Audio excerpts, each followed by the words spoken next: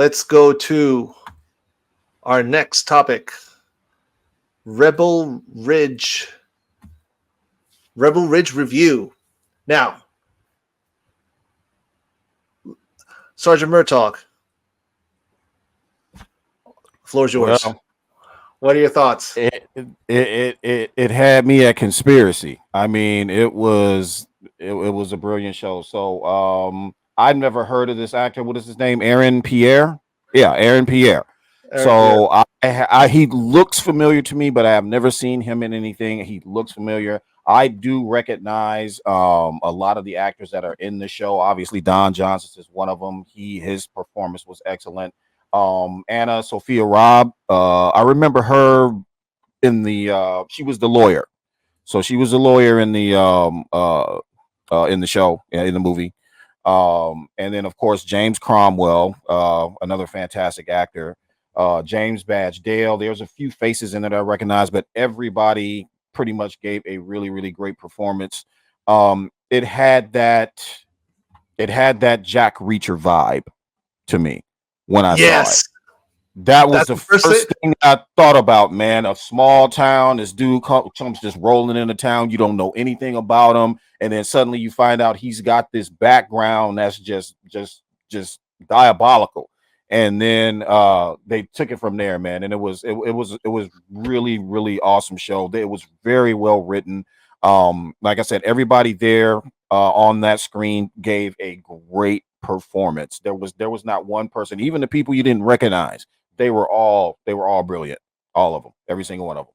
This is very grounded. It was the type of movie that you can tell it didn't go over budget at all. I'm like, actually, like maybe it could have been maybe one of the cheapest productions that Netflix has done because. Oh yeah, think about it. They were really the town, the sets that they were on. They were pretty much in the same exact locations all the time. You know what I mean? Yeah. So yeah.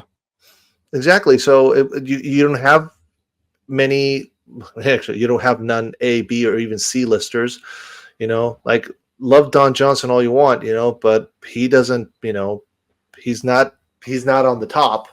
Yeah. Of popularity. But there's still OGs like us from the Miami Vice times that love that show. Still remember that show with a lot of love and respect, the man who actually worked on it. So I was like, all right, cool. Yeah, I'm Don Johnson. Sure. I haven't seen him in a while. So I was like, okay, he's the bad. He's okay. Spoiler on the trailers are up, but he's the bad. He's the bad guy. I won't say what happens because I want you guys to watch it. But yeah, I'm just a little confused because I full transparency, guys. I haven't seen this show yet. But I'm just it's a movie. That's why I was confused because Charles was saying show. Yeah, I kept saying show, but I meant movie. Yeah, my bad. That's what I wanted to clarify. Okay, cool. Yeah. But yeah, so yes, it is a movie, guys. One thing that had me at the beginning was because and I told you the shows like I was expecting a lot more like action, but it's a different type of action. That's the thing. It's the type of action that in reality, guys, it's what actually happens in real life. We're just so used to seeing like the Hollywood type action sequence that when you see this completely different, it's like, wait, I've never seen this before. Why is this different? Why am I missing this or that? But then after watching, I'm like, oh wait, hold on a second. This is it's grounded.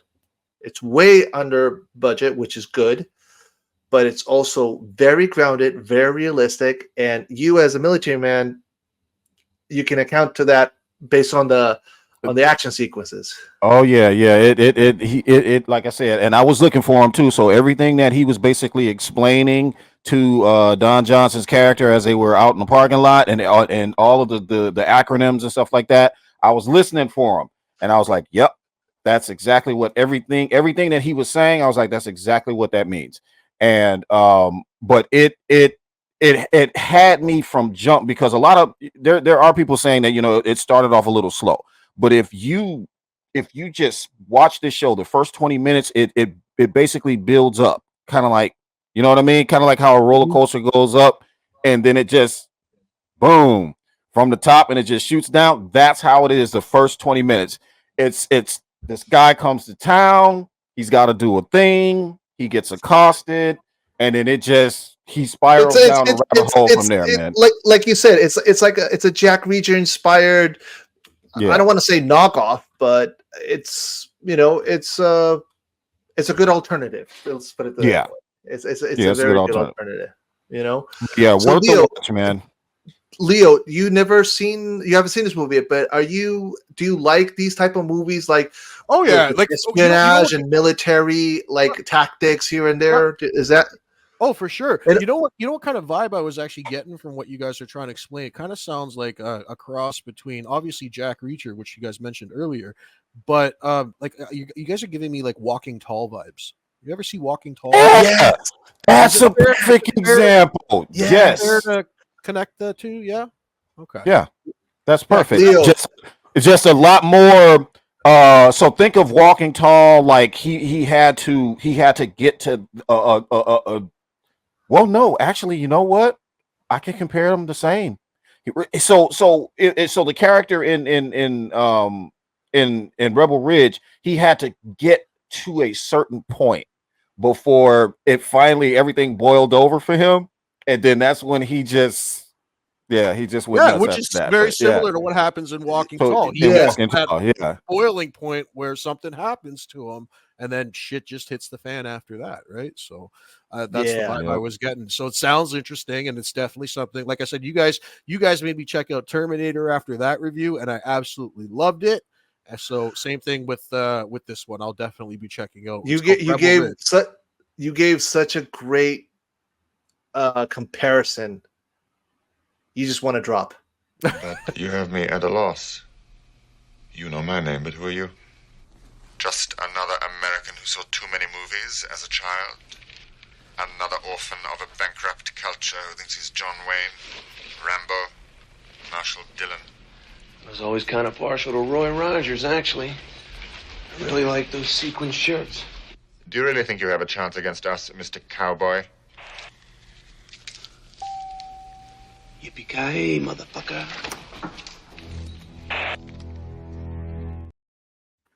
Yeah. Yippee-ki-yay. So anybody in the chat, any of you guys have watched this movie? If not, what do you plan on watching it? Have you guys do you guys see other shows like Jack Reacher? I mean, what do you guys think? What are you guys' thoughts? Sort of in the chat. Yeah, definitely let us know where you guys are at with this, what you guys are thinking. If it's something that you guys plan on checking out, let us know.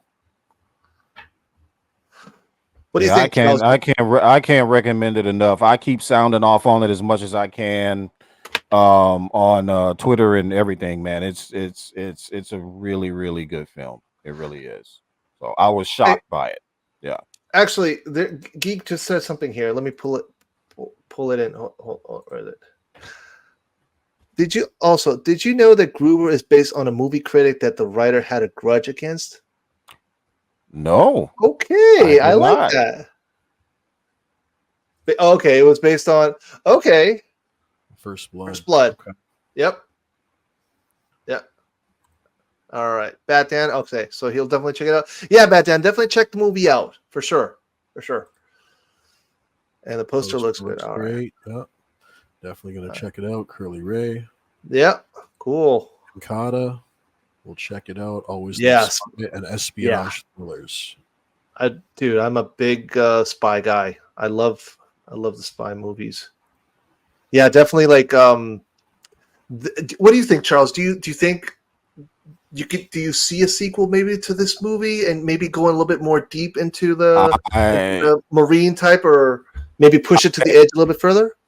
I am hoping that that's the case with the success of this one. I'm pretty sure. I mean, the way I see it with the numbers that it's doing, I think that Netflix will probably be like, "Hey, let's give us another one of these. You kept us under budget. You kept our numbers up. That thing it's oh man, it's awesome. So yeah, I say has it been a trending film for Netflix, Charles? Like, is it in the trending section? Yeah. Okay. Yes. Awesome. It's trending hard. Guess how much the budget was? Million. 41 million. Wow. There you go. Wow. So I take it a lot of practical effects as well. Then I'm assuming. Well, see, that's the thing, man. Yeah, they had practical effects. You can say that. I mean, there wasn't a lot of huge, like Michael Bay type explosions or anything like that. But you see there's a lot of cops. There's a lot of tactics being used, military tactics, police tactics being used, things like that. That he mainly engages in. So yeah, it's awesome. Yeah, might have to check it out with the wife tomorrow night. Yeah, it's good. I keep meaning to catch it. Yep, Mama Bear, Curly Ray as well. It's #1 on Netflix, like Rebel Moon. Okay, awesome. Listen, Netflix cracked the code. Keep it cheap with good talent. Good story. Yep, keep a good story in it, and it'll make its money's worth. Yeah, because with 41 million, how many views does it need to get? Like what? Like maybe 30, 40, maybe 50 million views? They can easily. This movie's going to make its money. Like, big time. Yeah, easily. They're going to make that. Yeah, they're going to make that easily. Yeah.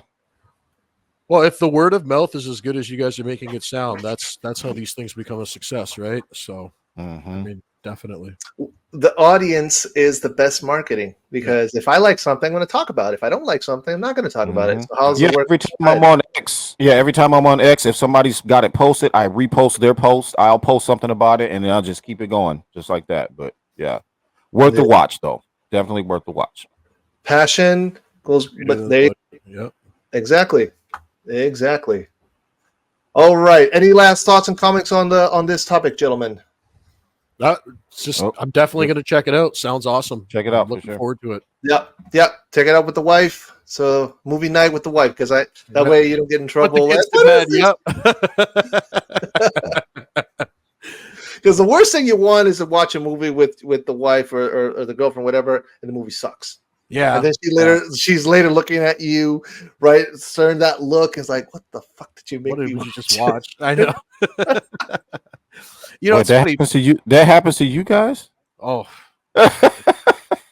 actually, it happened.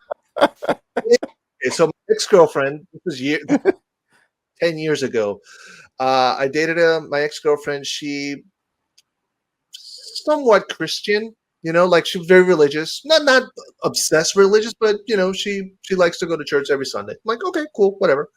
She would make me, swear to God, I hate it when she made me do this, but sometimes you gotta say, "Sí, mi amor." She would make me watch Christian movies. That like, for instance, the guy from what was his name of the show? Oh yeah, I forgot the name, but either way, it was pretty much like religious movies that had a message, of all things. And Della said, I'm like, that had kind of like that Hallmarky feel to it, like the Hallmark channel. Yeah, exactly. And I was like, please, like, don't make me watch this stuff because it's a Saturday night. I want to laugh or when I see some action or sci-fi or even dissect, but like, no, dude, that's but whatever. I mean, that's what he liked. What she liked is what it is. You got to compromise. Yeah, definitely. The only religious movie I've ever actually, I think, sat through and watched through to through, probably a lot of people have actually, was The Passion of the Christ, the Mel Gibson directed. Up to this point, I still haven't watched it.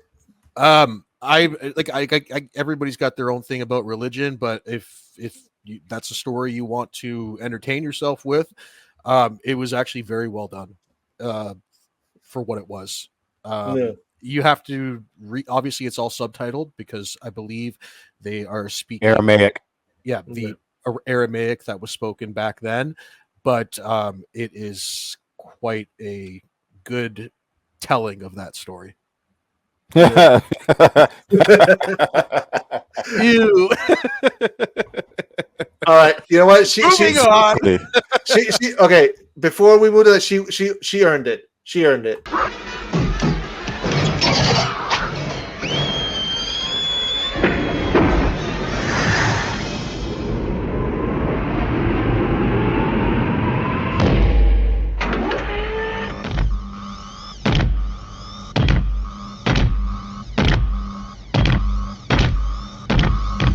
Get away from her, you bitch!